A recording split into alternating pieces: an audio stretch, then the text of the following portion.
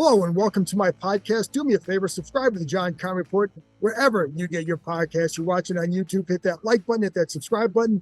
You can find us there as part of Ampire Media. That's AMPIRE. Always much appreciated when you tune in. And don't forget, you can always read my work on ESPN.com. I have a story up now about Jayden Daniels' first rookie minicamp workout, which I'm going to talk about right here as well. But you can read about it on ESPN. So there you go. Also had a story up a couple days ago on what the Commanders still need. I'm looking at left tackle, looking at corner, and wondering, do they have enough at receiver? That's also on ESPN.com as well.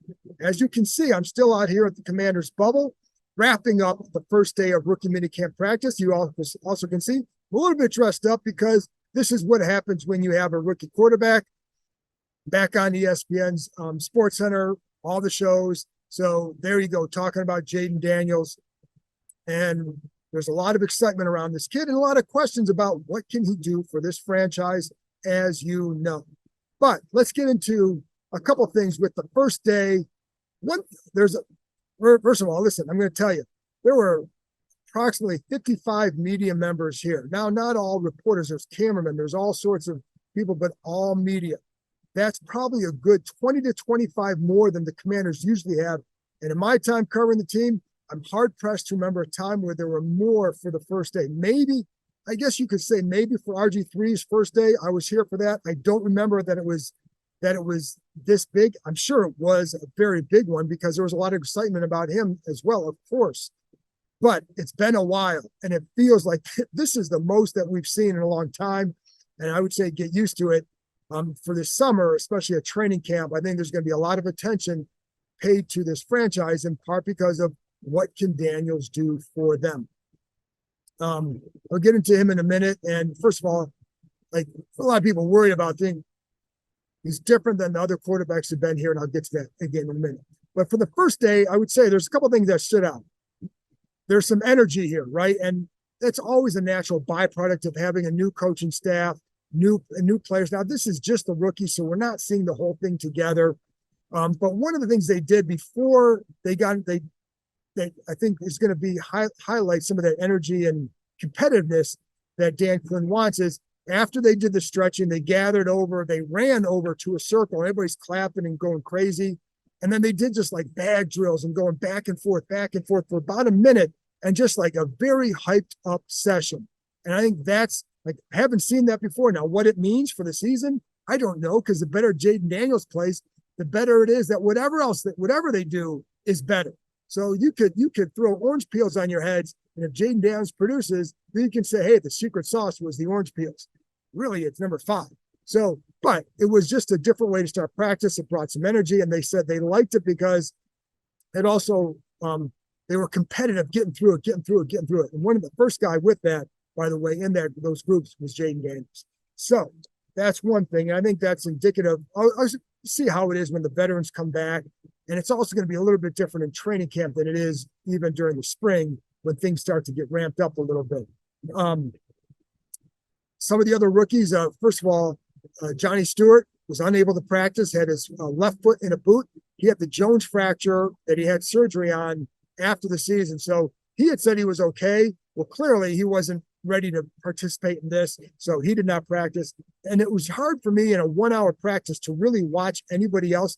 I'm here today, folks, to watch Jayden Daniels, report on Jayden Daniels. So the focus was on, guess who? Jayden Daniels. But within doing that, you could also see some things from other players, like a Luke McCaffrey, the 3rd-round pick, and everything.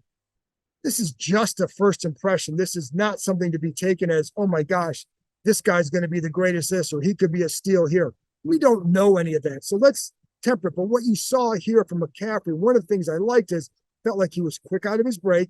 And I liked how he always came back for the ball and it would extend for the ball. So he plays after the draft. They said, I think it was Adam Peters said that he felt like he had the quickness of a guy a little bit shorter than him, but I also felt like he played a little bit bigger than he was just by extending back for the ball and coming back for the ball. So that's one thing that jumped out with him. Then you have Mike Samerstill that wasn't able to watch him a whole lot, and I'm going to watch him again more on Saturday. We'll be out here Saturday. But one of the things that you noticed early on, and one of something I liked in Quan Martin a lot last summer was I felt, and during the spring when we saw him, is the patience he displayed with his footwork. And you know, when you're playing inside in that slot, I think that's very important because you can get thrown off really easily. You don't have as many on the outside. You know a little bit more about what they're going to do because the options are a little bit more limited. Inside, there's more freedom for the receivers, so you better be patient with your feet. And I felt like Mike Sammer still was when I watched him. See if that continues, but that was a first impression of him as well. So, obviously saw Benst in it. I'll get more into him on Saturday, but let's go to Jayden Daniels because he's the guy that everybody wants to hear about. I know there's others, but the franchise is going to do much better if this kid hits, right?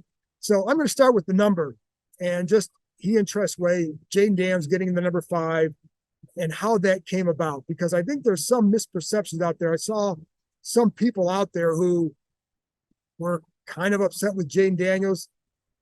I would probably call them Drake May fans, maybe. I don't know. Maybe that's a little bit unfair.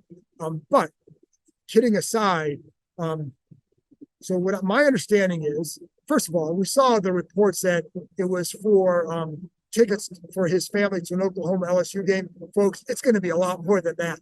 Now, no money exchanging hands, but it's definitely going to be a package that'll be, in the end, very generous to Tressway. But I think the guy who deserves a ton of credit in all this is Tressway, obviously. But here's why. So this decision was not forced on him. He was asked after the draft. He thought about it, and he said no.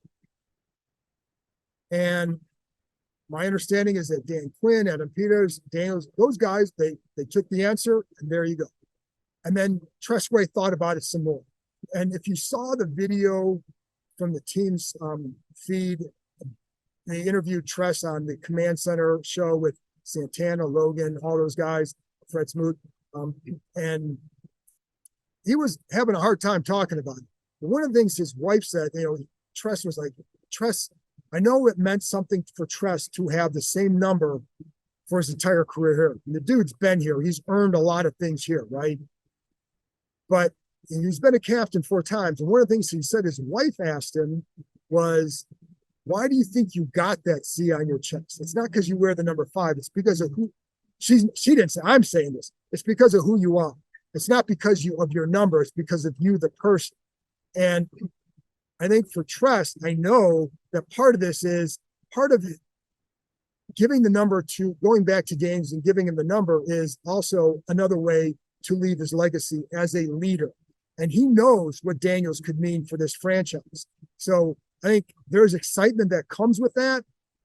And I think it speaks volumes about Tressway as a person because people know that this is not just some 4th-year guy who's done a couple things here or whatever. We were talking about a guy who's been a 2-time Pro Bowler, been a very good representative of the franchise, very good player, and he did this on his own. Like, again, he said no, and then he thought about it, and he went back to them and then made the offer and got the negotiations going, and that's where we are now. So, and Daniels, I can tell you, we talked to Daniels afterwards, very, very appreciative of what way of giving him the number. He said he knows how significant the number was to Tress, and that it's obviously very significant to him as well.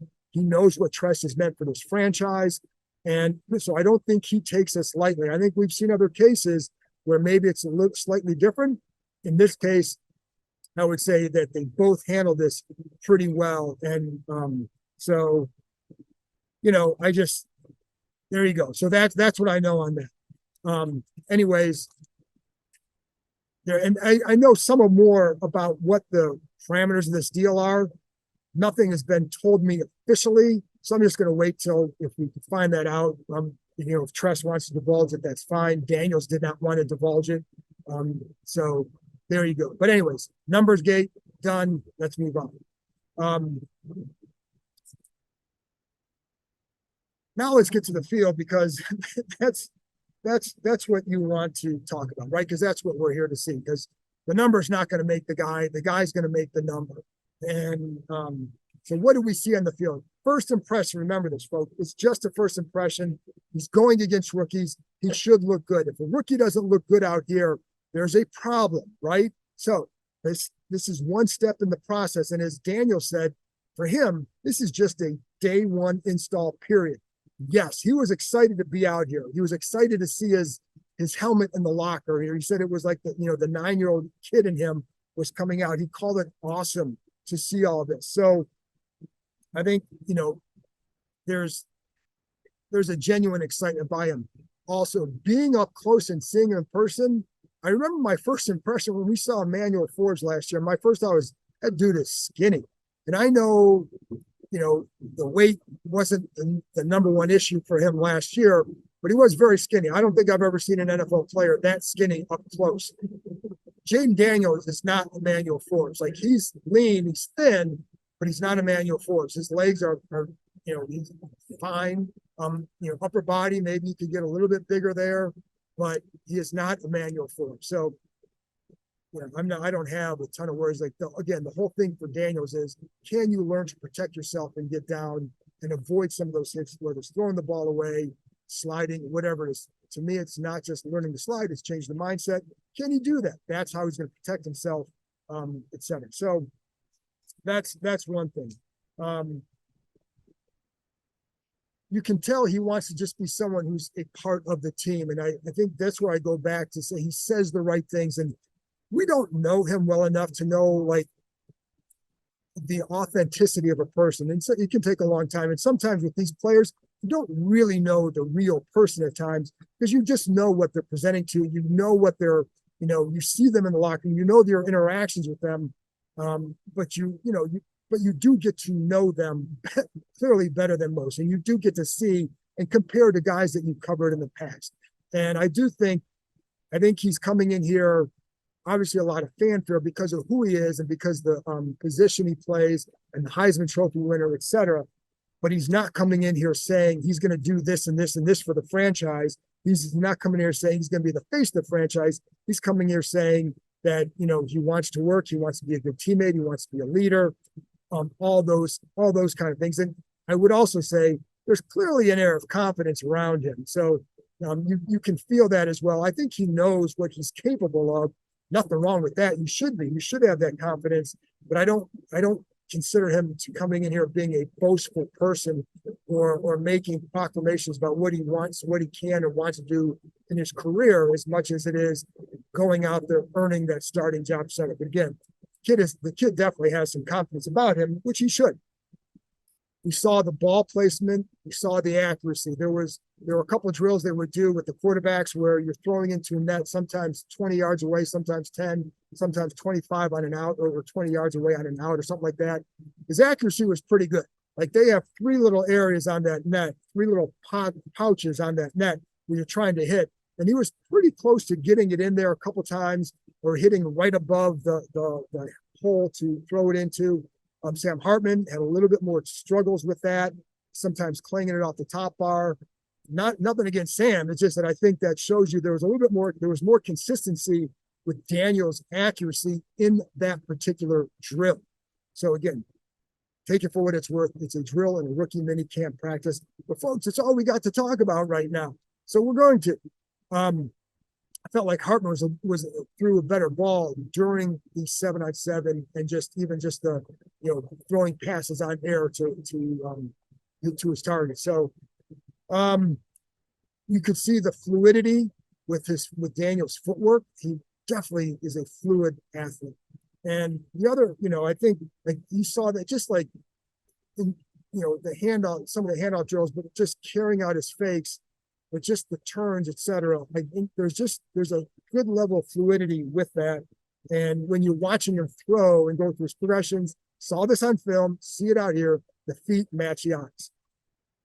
There's a long way to go here. And even Daniel said there's a long way to go. I mean, he still has to learn the playbook. There were definitely a couple of times where you'd see him kind of pointing to a spot where maybe a guy needs to get to, maybe you lined up just a little bit wider than where he should be, and Daniels could correct that. That's good. See what happens when the veterans are around here and what he has to do, because again, this is just with the rookies. I felt like his accuracy was good, even on, obviously when you're throwing on air, you better be accurate. Saw some deep ball accuracy there, just hitting guys in stride. All right, that's good. That's what he should do, right? That's what he did at his pro day, but it's what he should do out here. I liked it in a 7-on-7. First completion was to Stinnett. Second one was a 5-step hitch and throwing out to McCaffrey. Again, comes back for the ball. Also connected on a 3-step out to McCaffrey. Again, comes back a little bit for the ball. Had a deep play action cross to Marcus Rosemy Jackson. I hope I got that right. But if you saw the video, go check it out on the Commander's Twitter feed. Makes a great one-handed grab. I mean, just coming by, it was so one-handed with his right hand as he's going out to the left, reaches up for it. Pretty sweet grab by him. And again, then another time where he looks left, comes back to the right to McCaffrey again, feet matching up with the eyes. So I think those are all good signs. Again, you better show it here, because if you don't show it, if you don't look like you can know what you're doing here, then you shouldn't be out here. And there have been a lot of times in the past where we see rookie quarterbacks coming in and they do something in camp and you go crazy. It's like, oh my God, could this guy be? But when you know what this kid did last year with the talent he possesses, then you're like, there's a lot of curiosity with him. And you know, well, this is first step. So I don't want to get carried. I think I've probably gotten carried away. I'm not trying to paint him out to be anything other than a kid in a rookie minicamp who does a nice job and looks like he can play. How's that? Then when we were able to talk to a few of the players afterwards, including Daniels. But I want to tell you one of the things that Stinnett said, because Stinnett got to know him when they were working out in the offseason. He worked out with him out in Orange County, out in California, with Hartman as well. And one of the things he said about Daniels, he said, there are just guys who players naturally get attracted to and revolve around. And he's got that personality where you want to work with him, want to watch film with him, and you want to be out here working with him. So kind of repetitive at the end there, but you get the point. He also said, Stinnett also said he has the it factor. And then meanwhile, Luke McCaffrey said he's a stud. I know he's one heck of a quarterback, a lot of fun to play with from a personality standpoint. I've had a blast in these 24 hours with him. He's just fun to be around. He's good energy. So there you go. Like, that's some of what they said about him. And Daniels just talked about one. He's like, he knows, yes, he's just going through the lumps of being a rookie, trying to learn how to be a pro. Doesn't have like a definitive answer on what he needs to work on, just trying to learn as much as possible. Again, saying the right things. Said, as far as leadership goes, just being himself, being a hard worker. Don't try to be somebody he's not. He knows, and every good leader knows, people can tell when you're authentic and when you're not. So making connections with people, relating to them. And he said what he wants to show is that he's all about the team and about hard work. So if he does that, then they're going to be okay with him. But, again, a lot of players in this locker room have been through this before. And what they want to see is not just the hype on May 10th or May 11th. They want to see it at the end of November, at the end of December, and into January, where they can finally play meaningful games. So, long way to go to get there. Today was the first step. I'll be back on Saturday with another wrap-up of the rookie minicamp. Day 2, we get to talk to Dan Quinn before practice, and then we'll watch another hour of practice and get a wrap-up. And I'll try and talk about more than just Jayden Daniels, but I'll get some other thoughts from other people as well. So I'll be back. Thanks a lot for tuning in. I'll talk to you next time.